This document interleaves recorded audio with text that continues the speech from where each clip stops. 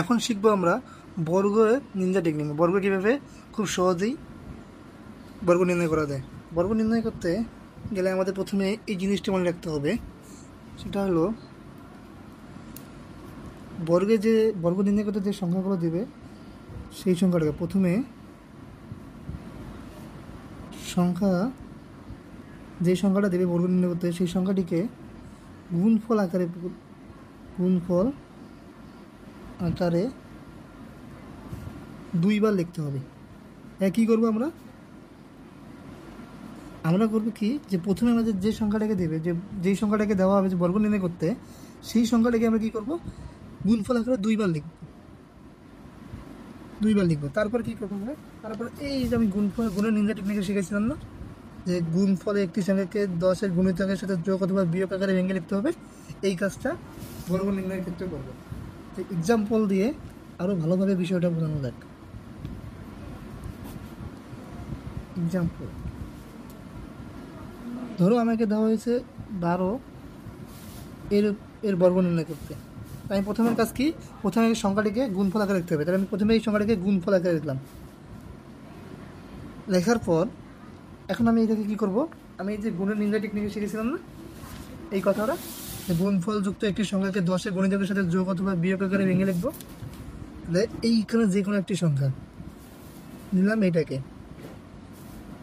এইটাকে যদি ভাঙি তাহলে কী করতে হবে, 10-এর গুণিতক কত, 10, 20, 30, 40। তাহলে আমার কি কাছাকাছি কত, 10। তাহলে এই যে 10 বসাইলাম, তাহলে 10-এর থেকে বড়ো না, কত বড়, 2 বড়, যে 2 যোগ করে দিলাম। তাহলে এটার সাথে এটা গুণ করবো। তাহলে এখান থেকে যদি গুণ করি তাহলে এখানে আছে 0, 0, 12কে 12 যোগ 12 যোগ 24। এখানে থাকতেছে কত, 120 যোগ 24, তাহলে 4, 2, 4, 1। খুব সহজেই অল্প সময়ে আমি কী করতে পারলাম, 12-এর বর্গ নির্ণয় করতে পারলাম। এখন যদি আমাকে বলা হয় যে 29-এর বর্গ নির্ণয় করতে, কী করবো, আমি এটাকে ভেঙে লিখবো 29 গুণ 29। তাহলে এর কাছাকাছি কত আছে এটা লিখলাম, ঠিক 29-এর কাছাকাছি কত, গুণিতক 10-এর গুণিতক 30, তাহলে 30 লিখলাম। 30-এর সাথে ছোটো কত, ছোটো 1, তাহলে বিয়োগ করবো 1। এখানে এটার সাথে এটা গুণ করবো, তাহলে একটা 0 লিখলাম। 3 দাম 27-এর 7, 3 দিয়ে 6, আর হাতে আছে 2, তাহলে হলো 8 বিয়োগ 29-এর 29। এখন এটা বিয়োগ করো, 9 আছে 10 মিনিট করতে 1, হাতে 1, 3, 3 আছে 7 মিনিট করতে 4, 8-এর 8, 841। 800 কত, 841। তাহলে আমার অ্যান্সার এখানে কত আসতেছে, 841। দেখো খুব সহজেই অল্প সময়ে ক্যালকুলেটারে সলভ করতে পারলাম না। এটা হলো আমাদের বর্গের নিন্দা টেকনিক। আরেকটা শিখি, ধরো এরকম আছে 101, এর বর্গ বের করতে হবে। এই বর্গটাকে সলভ করতে হবে। এই বর্গ যদি এখানে বর্গ বের করতে চাই, 101-এর বর্গ, এখানে কী করতে হবে, 101-কে দুইবার লিখতে হবে, 101। তাহলে এইখানে 10-এর গুণিতক, 101 এটা ঠিক রাখলাম। এইটার যদি আমি 10-এর গুণিতক বার করতে যাই, তাহলে 10-এর গুণিতক কত, 100, তার সাথে যোগ হবে কত, 1। এখন এটার সাথে এটা কী করবো, গুণ করব, আবার এটার সাথে এটা গুণ করবো। 100-র সাথে 101 গুণ করলে আস্তে আস্তে আমার কত, 100-র সাথে 101 গুণ করলে আমি পাইতেছি এলো, এই যে এই জোড়া সময় লিখলাম, আর এটা 101 যা আছে তাই লিখলাম। এবার এটার সাথে এটা যোগ করলে, গুণ করলে 101।